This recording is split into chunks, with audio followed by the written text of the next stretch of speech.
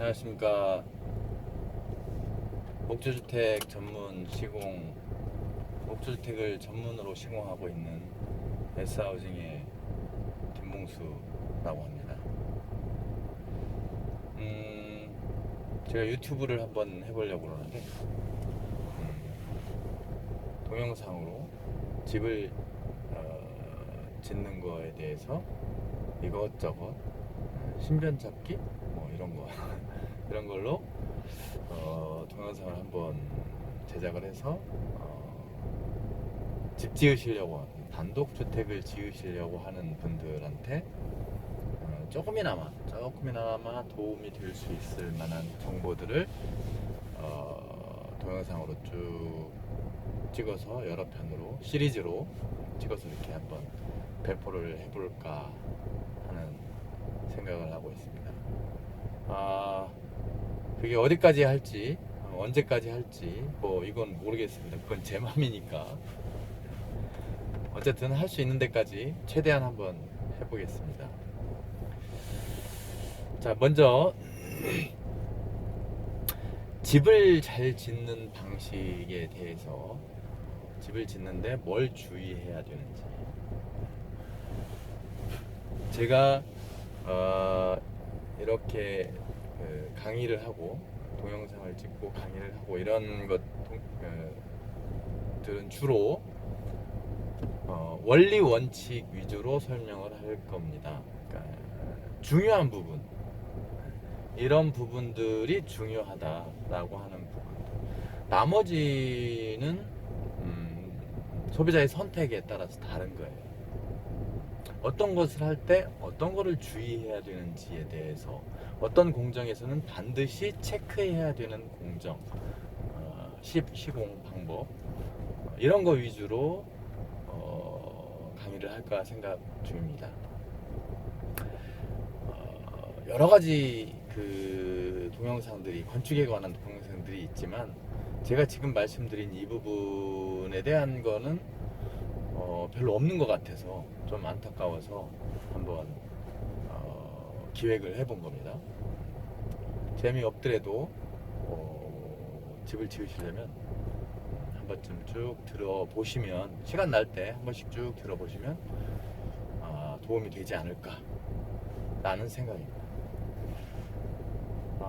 오늘은 첫 편으로 기초에 대해서 좀 말씀을 드릴까 합니다. 기초 하면은 여러 가지 얘기를 해요. 가장 중요하다,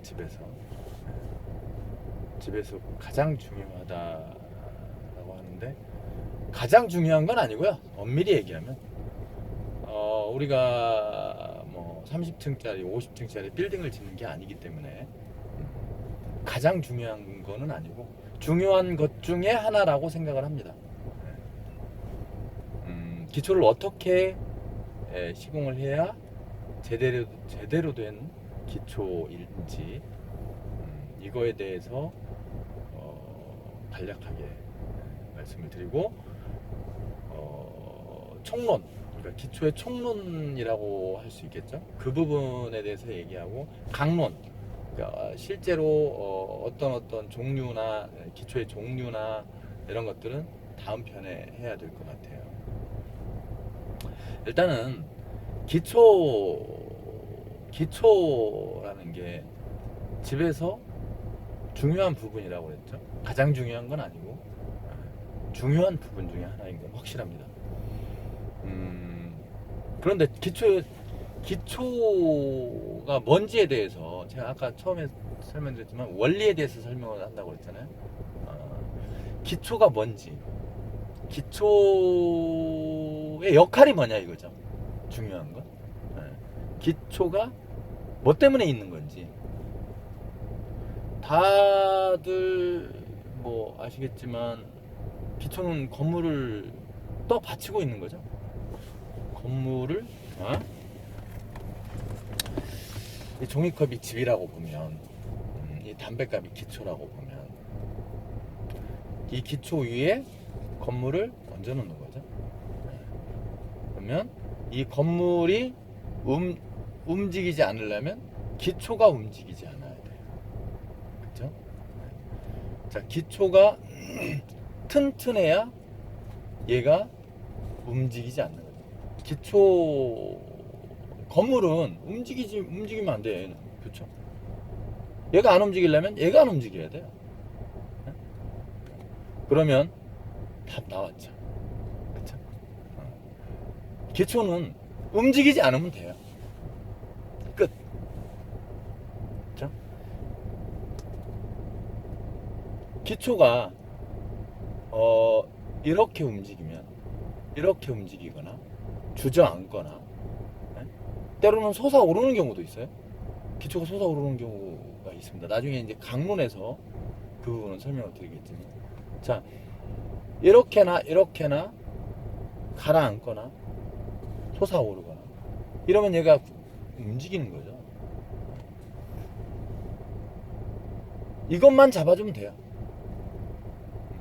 이걸 잡아주는데 방법론적으로는 여러 가지가 있죠. 여러 가지가 있는데 원칙은 이것만 움직이지만 않으면 돼요. 맨 위에 상판, 기초에 그 다음에 건물이 올라가는